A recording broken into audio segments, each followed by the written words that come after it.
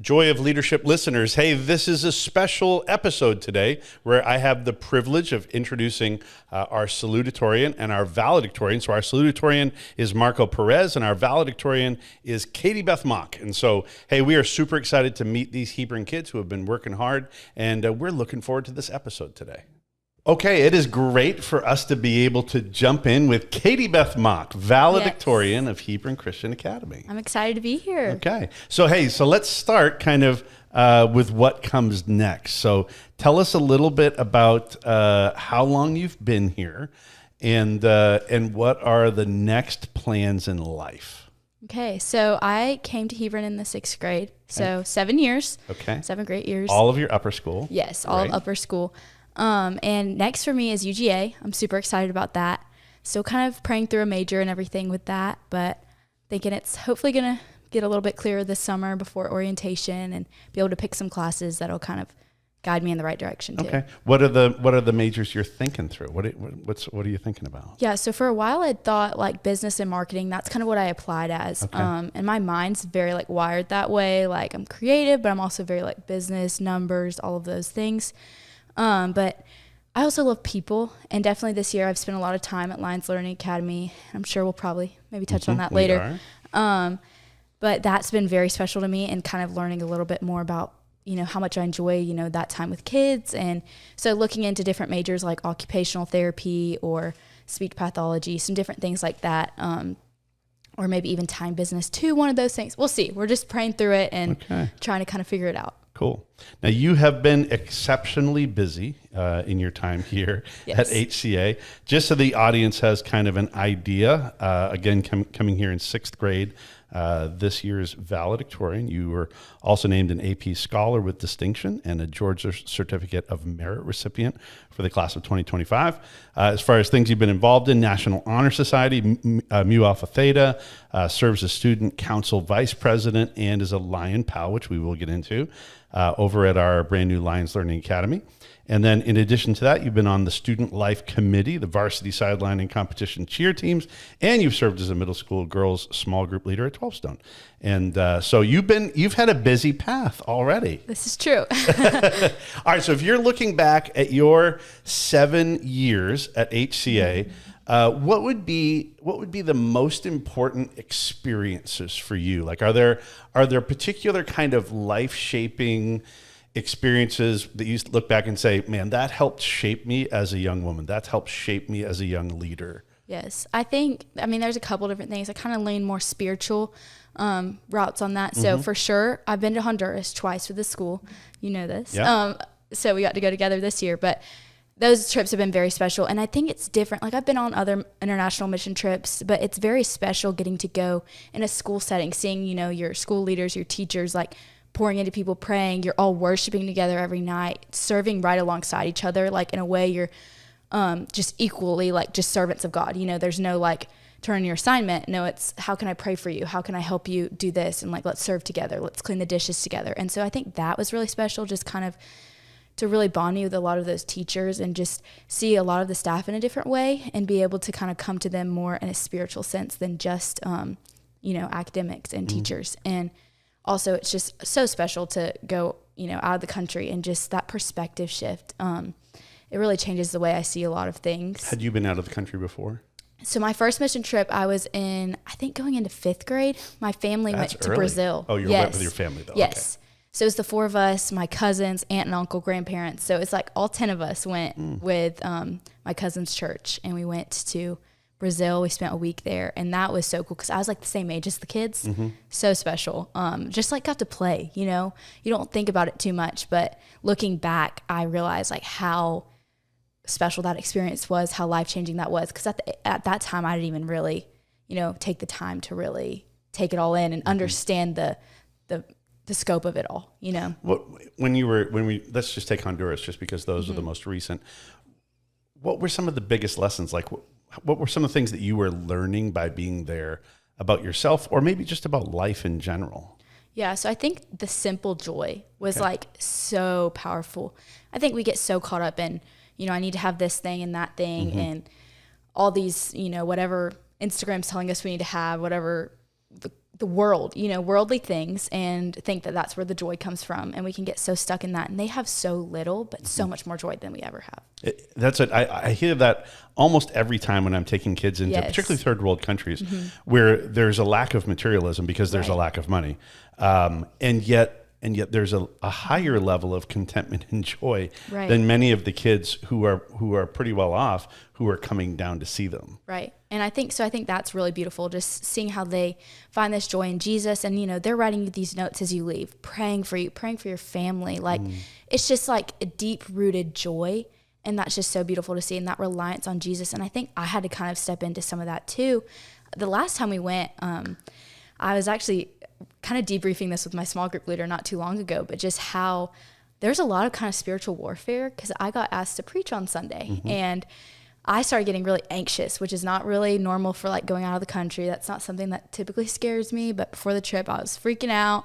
My mom packed her passport instead of mine. This is a funny story. I remember. So my dad's driving down at 4 a.m. to Atlanta Airport, trying to bring me my passport, making it on the flight. Maybe exceeding the speed limit a little bit, Just a little bit. On Life 360, he was a rocket. So not a car, a rocket. So he made it in time. Like, all of those things started piling up. I got sick. It was just, there was so much going on. And I had to stop and take a step back and be like, you know what, like, this is, if we're honest, this is spiritual warfare, And so being able to rely on Jesus and be like praying through all of that, understanding what that was, and just recognizing that on the other side of that is so much that, the enemy doesn't want to happen.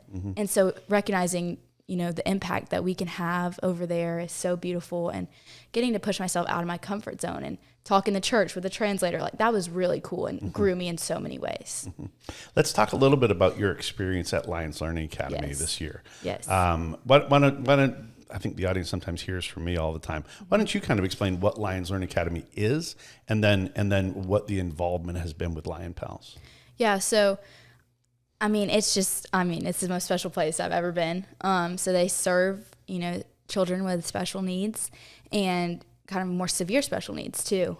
So you're seeing all different types of intellectual disabilities, physical disabilities, all those different things. And they're catering to them through all of their therapies throughout the day. So you have your speech pathologist, your occupational therapist, physical therapist, all of that, which has been so cool to see, which is kind of, like I said, maybe making me reconsider some things. The teachers are just able to love on the students in such a beautiful way. There's no place like it. There truly isn't, And so as a Lion Pal, we've been able to kind of step in and just see all of that firsthand, but also learning ways to help. We did a little bit of training with Bridged. And so they kind of taught us some different things about how to be a disability inclusive leader. And that was kind of really cool, really rocked my world on how can you, go into your next phase of life too and carry, no matter what career you pick, you don't have to pick to be a special needs teacher. Right. But bringing that in, and how can I, have people in my staff or in my business that have these disabilities? How can I cater to what they're super good at? Because they all have these talents and gifts. And so looking at that, and then just being able to love on the kids, it's been really special to bond with them, play with them at recess, eat lunch with them. I've gotten syrup in my hair, ketchup on my shirt, like all you can think of, but it's the best. How have you seen those kids grow and change this year? You've been there for a whole year, watching and being involved in their lives. How have you seen them change? We have kids we have a certain student comes to mind. He was pre-verbal. A lot of places would call that nonverbal, but we say pre-verbal because, we believe in miracles. We believe that there's so much more than just non. And so he is counting to 100. Like, that's a miracle. That's not even just growth. That is straight miracles, and that's life-changing. And so just seeing stuff like that has been so special to, like, see it firsthand. Like, I remember when you wanted to say hi, and now I'm walking in, you're saying hi to me. And one of our students, we learned she's really, really good at sign language, and she wasn't really connecting to a device to speak through that, but she's super good at sign language. And now she signed a prayer in front of the whole school at All School Chapel. Like, that is just so beautiful to see firsthand, day in and day out, like all that took of the teachers pouring in, all the prayers that was answered is just really special. We're talking about kind of how we've watched those kids change. How have you seen those kids, it's just a small group of kids, but how have you seen those kids also change our school as a whole? Have you seen anything like that? I think it's been so special. All School Chapel kind of comes to mind with that, bringing them over. And so some of the line pals are sitting back there with them. And then I think Brandon was the first one to do it. He's in one of the line pals. He grabbed some of his friends and he was like, come on, Carrington, come on, Noah, like y'all come sit back here too. Like meet my friends, so bringing everyone in and, getting them to kind of see firsthand, like these kids, they're just kids and like they have so much love to give. They have so much joy to give. And it's really special seeing our school just love on them and learning just more how much love they have to give and how much it just explodes your heart too. Yeah. How does faith play out in your life? If you were to say like the areas of faith where you're most passionate, or the way that faith plays out in the most real way in your life, how does that happen for you? So I think I'm the youngest in my family. I have an older brother, but I always kind of wanted like little sisters. And so when I was in, I guess it was my sophomore year, I started leading a group of girls. They were in 6th grade. Now they're in 8th grade. So like all my little, many little sisters, and I led them through our church at 12 Stone. And that has been something I'm really passionate about, is like younger kids. Because I always wanted, the little siblings. And I've seen how, my older brother or just some older figures in my life had kind of like poured into me and shaped me. And so I think that's been a big thing in my faith that I've kind of really wanted to respond through, giving back in that way of leading others and picking up people and putting them under my wings. And I'm going to give you advice. We're going to go to Starbucks and talk and read our Bible, so that's been really cool. Well, let's stay on that idea. If you were going to give advice to younger students coming up through their high school career, maybe freshmen, but freshman, sophomore, junior, I'm good with any of them, but particularly freshmen as they're kind of beginning a new chapter, what would be some of the biggest advice elements that you'd pass on? I think you have to learn how to prioritize things, and you've got to kind of get that set in stone. Like, going to church on Wednesday nights, if that's something you want to do, you got to go ahead and mark your calendar, and then, get your agenda. And what I would have to do if I wanted to make that a priority, it's busy. You have so much homework. If you're playing a sport, if, you're involved in the clubs, doing the activities, planning the things, it gets overwhelming. So I stayed very on top of my agenda. I was very OCD about that.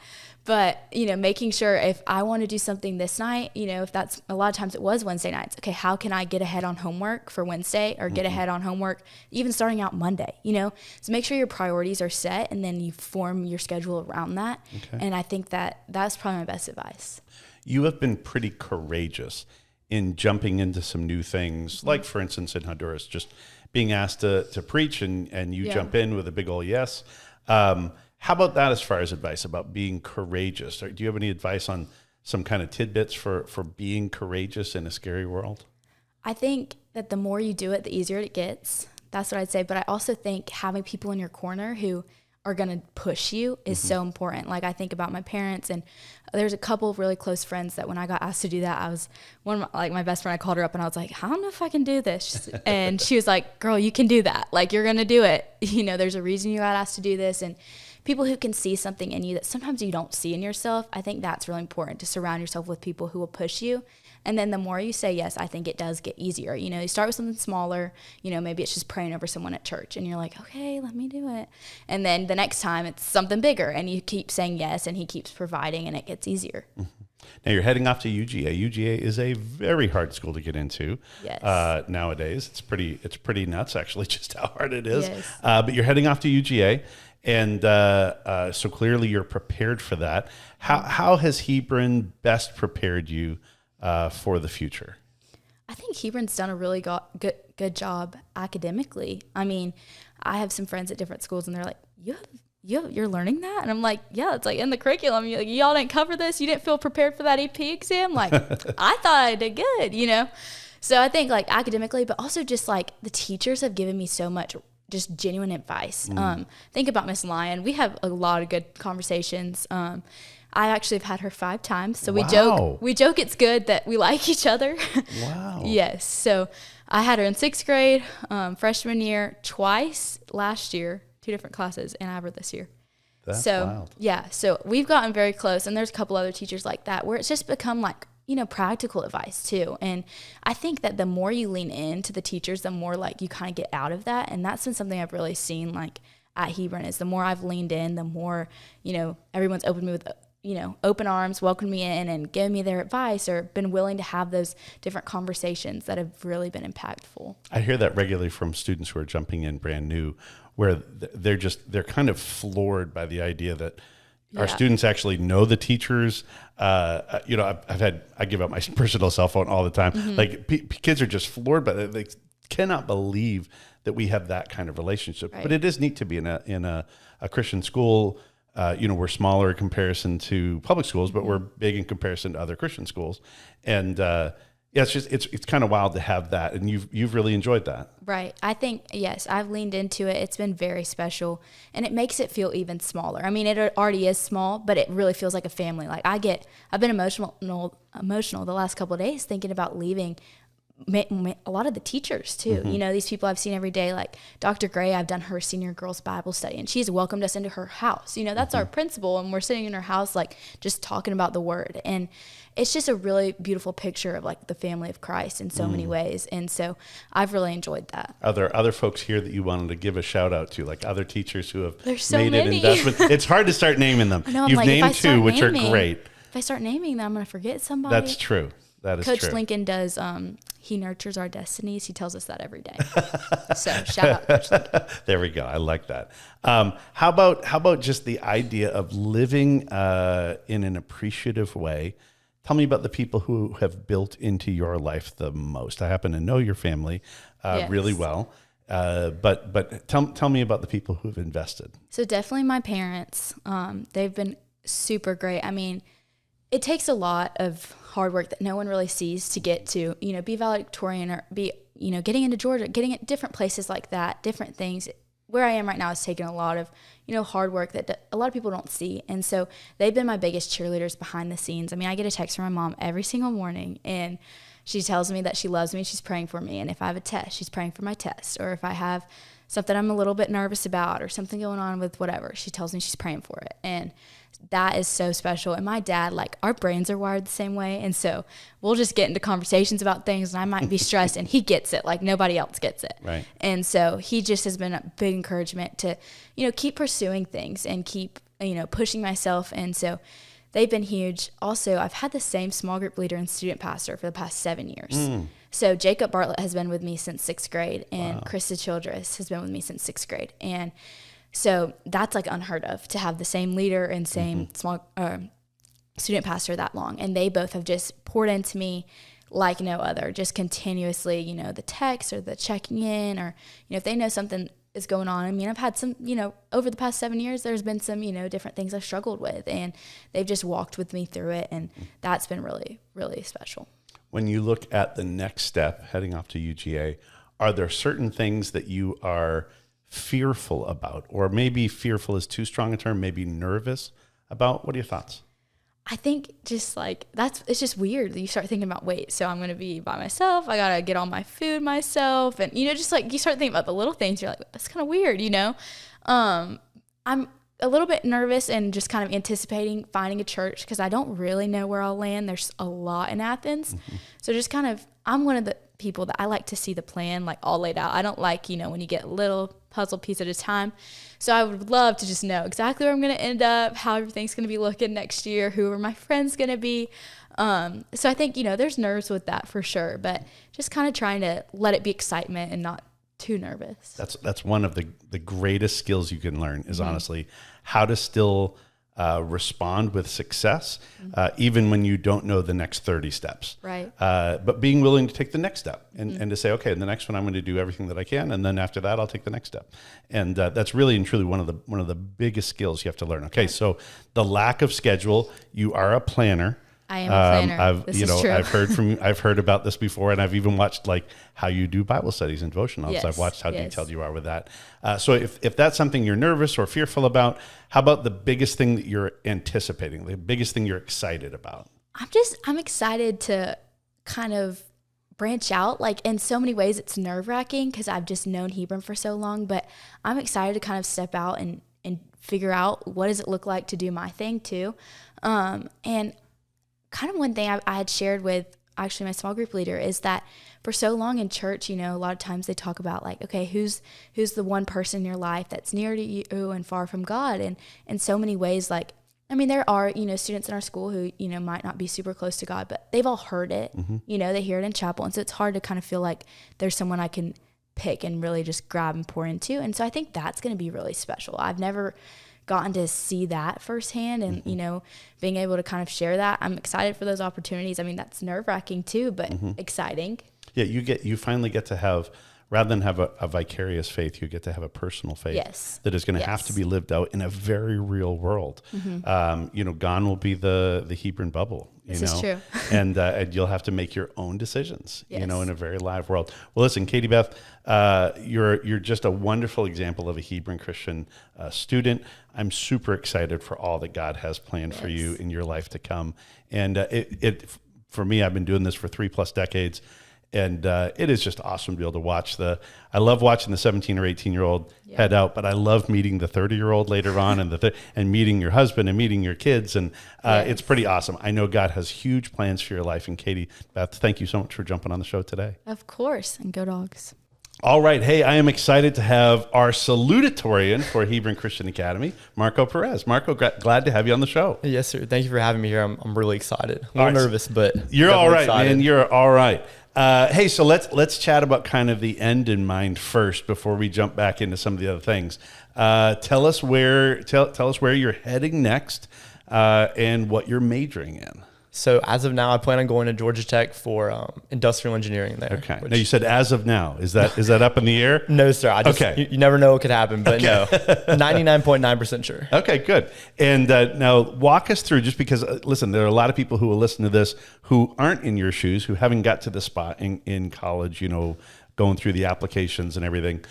Walk us through a little bit of what that process was to get you to making the decision for Georgia Tech. First of all, congratulations, because Thank you. That school is super hard to get into.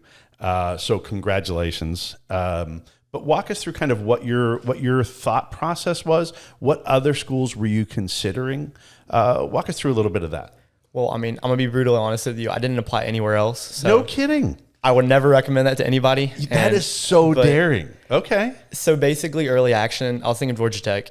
Okay. And then I also was looking to tour like Auburn, Clemson, but that never really happened. So the plan was to apply there, and if I didn't get in early action, then apply to I think it was Kennesaw State, also like Georgia Gwinnett, and places closer to my house, so I could transfer in after if I didn't get into Georgia Tech. Okay. But thank God I got in early action. Good work. That took away a lot of stress. But I don't know, I felt a little cocky doing that decision, but I realized I felt like it was a good decision, and I'd worry about, if I didn't get in later, but I just trusted God in that, and it worked out perfectly. So well, I think, what I've seen is that at Tech, if you have the GPA, you have the grades, you have the experience, early action actually works great. Some of the other schools, it doesn't work as well.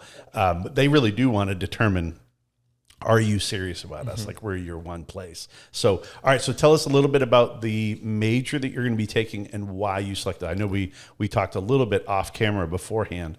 But talk to me a little bit about that major. Yes, sir. So doing industrial engineering there, and I know obviously when you go to Georgia Tech, most people think engineering. And I think at Georgia Tech, it's the #1 program in the nation, something like that. And that first off definitely was interested me because I knew the teachers there and they're very good. But also I think my dad's an electrical engineer, so I've always been in that kind of engineering background, I guess.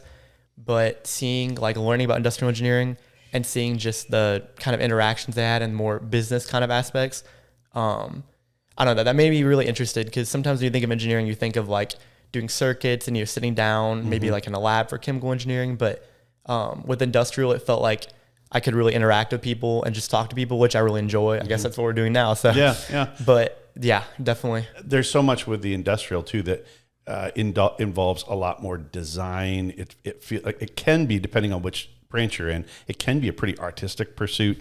But what I also love about industrial is that it's also very business minded, where you're not just locked away in a lab doing something. You're very much kind of on the business model side as well. Yes, sir. Yeah. Are you planning on going on after Tech? Is that the plan, or are you thinking that far ahead? Honestly, not thinking that far ahead, but as of now, I mean, I think definitely I plan on that, and we'll see how much I enjoy it. I definitely have some backup plans for that, but I mean, I'm just trying to take it, this year and then see from then on. Well, walk me through the backup plans. What you're thinking? I hopefully did not think you're gonna ask that, but honestly, I also applied in business, which I guess so. Okay. I could also do business there at Georgia Tech if industrial engineering, you know, just is not for me. But besides that, yeah, either business and something else there. Definitely at Tech though. You'll find though that you will end up landing in a career later on where you'll see the blending of those two worlds. Like you absolutely will. You know, I've had so many friends who've done an engineering undergrad and then have gone and done an MBA afterwards. And there's such correlation between the two, particularly choosing industrial. I think it's really, really and truly just a great path. All right, let's talk a little bit about your time here. And so, just in brief, man, listen, you've been killing it. So it's been awesome. You've been in HCA since kindergarten, other than 8th grade, COVID year. Yes, sir. You stepped out and did some homeschooling, right? And then jumped right back in for high school. Yes, sir. Okay. You are the salutatorian of our class, and you've been named an AP Scholar with distinction, and receiving the Georgia Certificate of Merit. You've been involved in National Honor Society, Mu Alpha Theta, National Spanish Honor Society. Love you getting the recognition, by the way, the other night for the National Hispanic Recognition Award. And you were named the Junior Marshal at HCA last year. You're wearing some Hebron gear today, which I really like, but you've been involved in cross country, hence the shirt, track and field, soccer, student life, outreach activities. And you've been super involved here at the school. What keeps you involved? What do you like doing? Do you have a favorite? Like all those activities? Yeah, I guess? out of everything. I mean, I guess it kind of coincides with what I'm wearing right now, but I mean, I didn't plan it out. But definitely just running in general here at Hebron. Good. And that environment, like the coaches and just the people I met on the team here at Hebron, have definitely I feel like is a good representation of a Christian environment and of what I could see Hebron as. So that's awesome. I love that, definitely. Is that going to be something you will do at Tech as well? We're definitely looking into it. They have some club running that I'm going to do. Maybe walking on later, we'll see, because it's pretty competitive over there. But right. Well, in your freshman year at Tech, you better just do Tech. That too, yeah. My parents are like, you got to stay on studying, because that's right. It's going to be tough, but I mean, I'm not worried about it. But yeah. It's good, though. Georgia is such a great state where, first of all, we're so fortunate to have a number of schools, like Tech would be at the tip top of that, I think. But we're lucky to have such schools that are so regarded on a global level. I know that when Peterson's Guide comes out each and every year with the best educational purchase for the money, Georgia Tech is almost always number one. They're always in the top three. I mean, they beat all kinds of other technical schools, other engineering schools, and so you're really going to just the cream of the crop, as you're stepping into it, yes, sir. Which is pretty exciting. Hey, if we were thinking about the life shaping events in your time here at HCA, are there any events that stand out for you as far as events that really help shape you as a young man or as a young leader? So I was thinking about it. I was listening to you talk to Katie Beth about that. And honestly, I think there's a lot of different events, just chapel, spiritual emphasis week here at Hebron. But I think maybe this last year, if you want to give it that time frame, I really enjoyed senior retreat and just going to that. Because I think going into it, I kind of just thought it was another thing. And obviously I was looking forward to it, all the events we would do, and, just time to read our Bibles and hear from different people.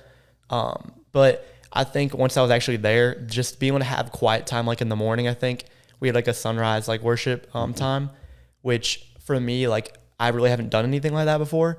And just being able to be in the morning and kind of in the mountains, just seeing everything and just hearing kind of God, I feel like that really changed it for me. Cause I obviously had a relationship with him before, but I just think I realized being quiet time with God it just reminded me how important that is. And I feel like since then, I spent more time just alone, not in church, not in chapel or with other people, but just alone, reading the word and just spending time with him, which I think has definitely helped a lot. So I loved senior retreat. I love the senior retreat, just how intentional all of the leaders who put that thing together. First of all, it's in an absolutely gorgeous place at the tip top of some mountains.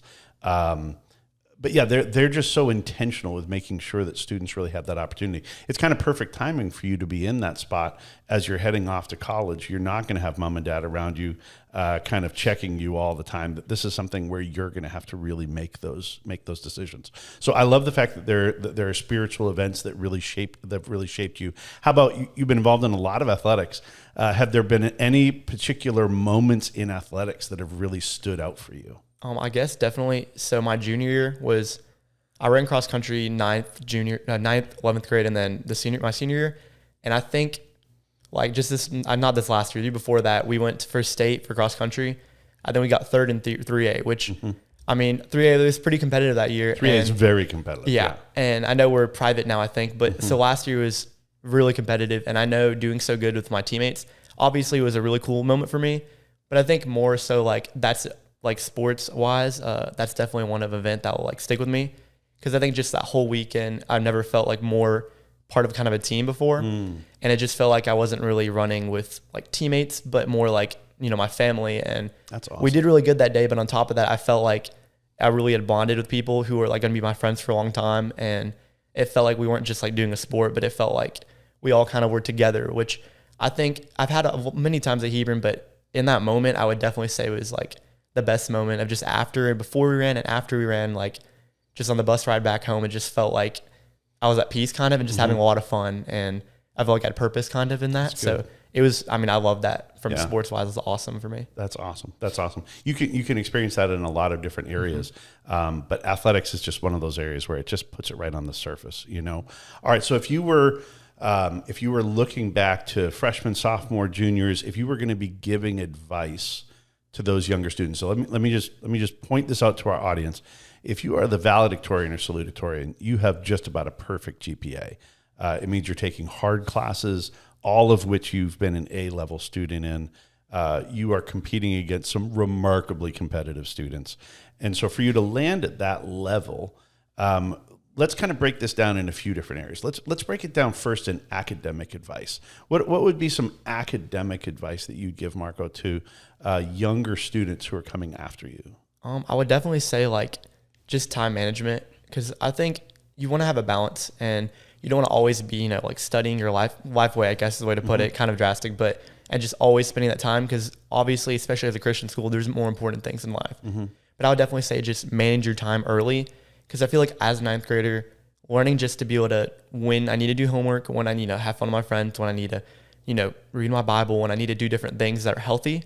I think having that time basis and learning how to manage time early helped me later, because I feel like when you're junior, senior, taking more difficult AP classes and just like, you know, a lot of sports, you're maybe a team captain more relied on.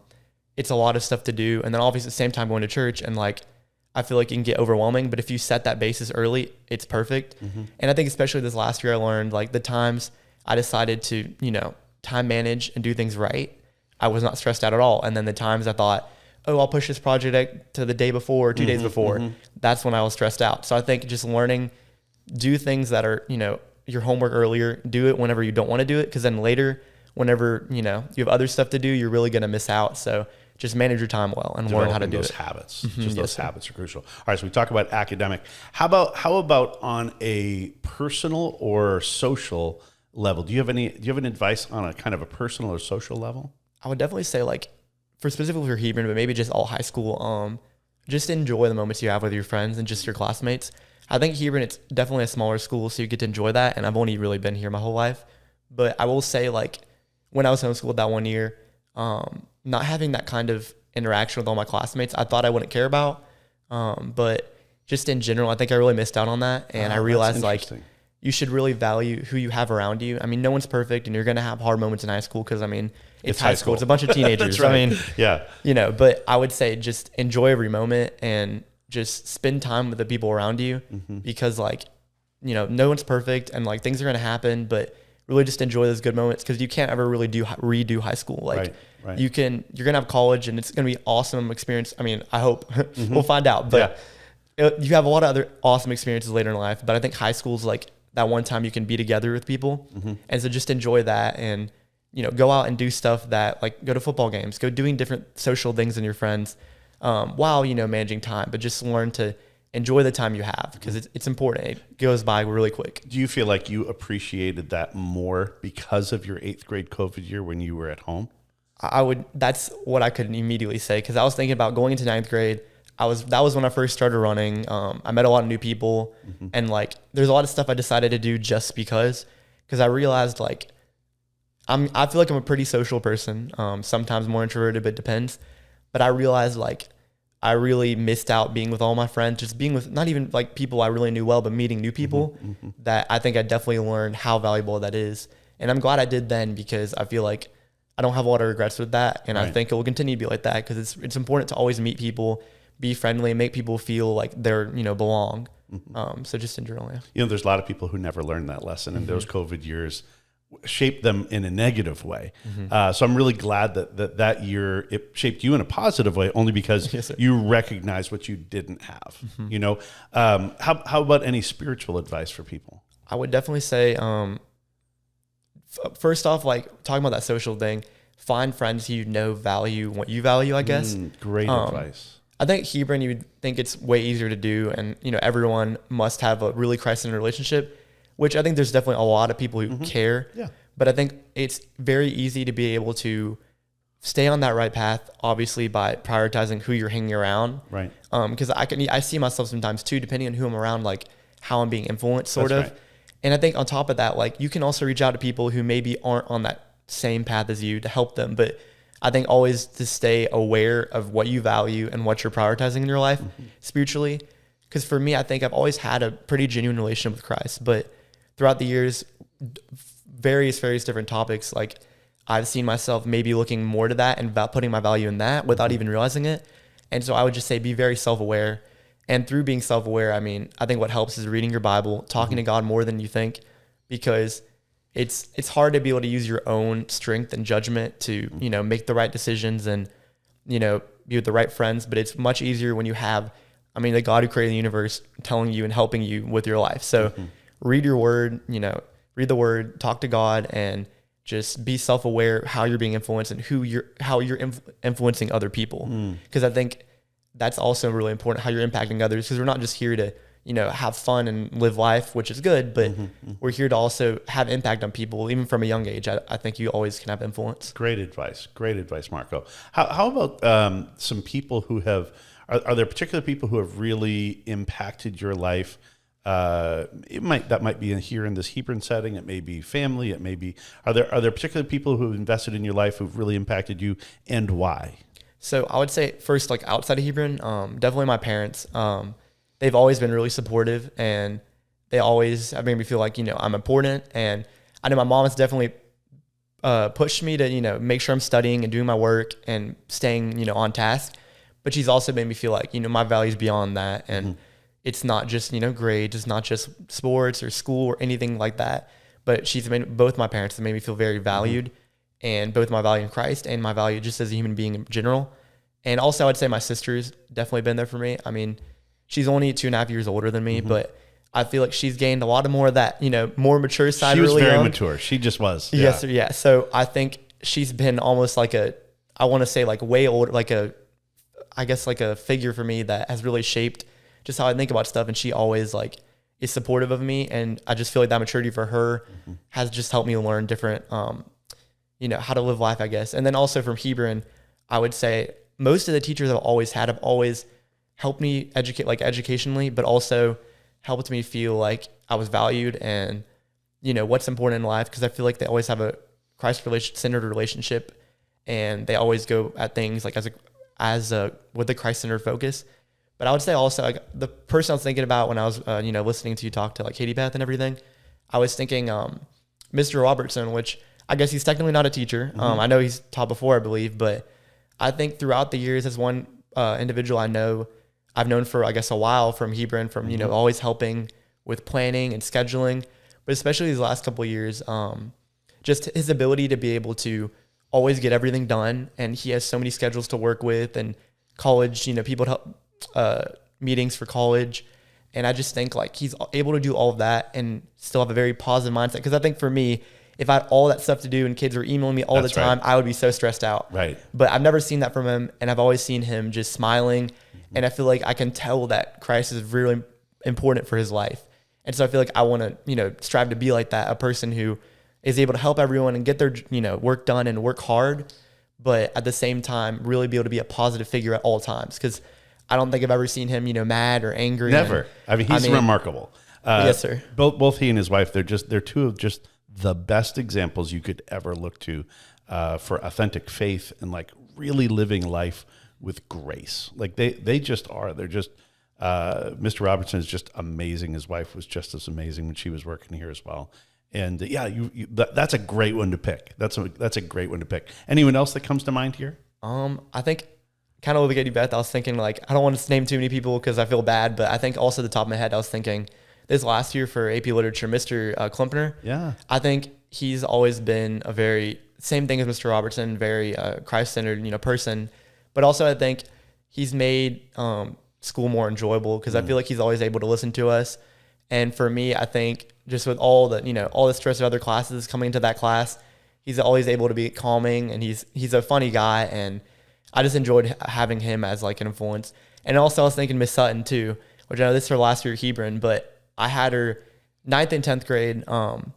And I think she's definitely a very like comical person. So you never really see her serious, but I think at the same time, she also has been a good influence on me because she's made school more enjoyable in math. Obviously, if I'm going to Georgia Tech, I mean, math has been a priority, but sometimes it's been, it can be a little bit, get bogged down in all the numbers and everything about it. But she's always made it really enjoyable.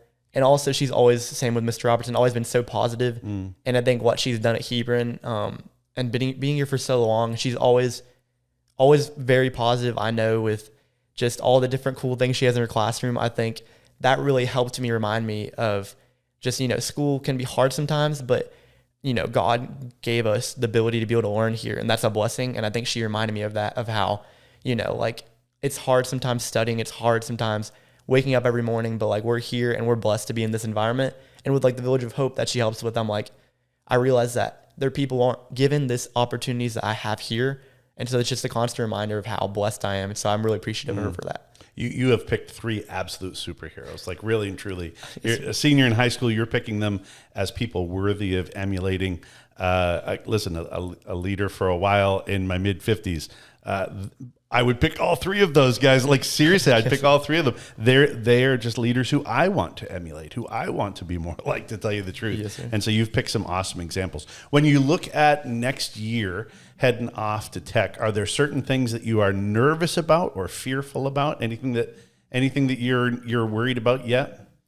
I would definitely say there's a couple of stuff I would maybe a little bit nervous about, and then I know like God will provide these things. It's gonna be okay, but I think nervous definitely just not even just moving out and independence, but just obviously like being not away from my family, not very far. I mean, probably a 40-minute drive, but just being without my mom every day to wake me up, my dad always there supporting. I think I'm a little nervous about that, but more so I think a little nervous just about that next chapter of my life, because I know being away from just a wonderful environment I've been in now, I think I've definitely developed a solid foundation in Christ, but I'm also still a little bit nervous just about who am I going to meet and how am I going to be needed in God's kingdom. And that's just a little nerve-wracking for me, just because I'm like trying to understand what's going to happen in this couple of years. It's just such a big step. There's a little bit of nerves behind that, but I would say there's definitely a lot more excitement because I'm excited just to kind of turn a new page. And I guess that in my book, because I mean, I've loved my time at Hebron, being here for 12 years, I think, but I think I'm definitely excited to see what's going to happen in my next, 4 years, I guess, of life, and just who I'm going to meet and who I can influence and who's going to influence me, and just what I can do those next 4 years. So I would say I'm really excited. Just kind of dawning on me how I'm, graduating in a couple of days, but I think besides just, missing a couple, just missing teachers and people here and just being at Hebron, I think I'm really excited for what's going to happen next in my life. It's great. So. It's always wild for me to see at chatting with people at your stage in life. The same things that they're afraid of are the same things they're excited about. And that's such a great lesson in life, right? That sometimes we're fearful about that next step, and yet that next step is exactly where we need to go, right? Marco, listen, you're a talented young man. I'm excited to see where you're going to go in the next 4 or 5 years. I'm excited to where you're going to be in 15 years. And just to see, I'll be following your career and to see all that God is going to do in your life. And so, hey, thank you so much for jumping on the show today, and good luck with this next step in life. Yes, sir. Thank you so much. I really enjoyed talking to you today. Thank you.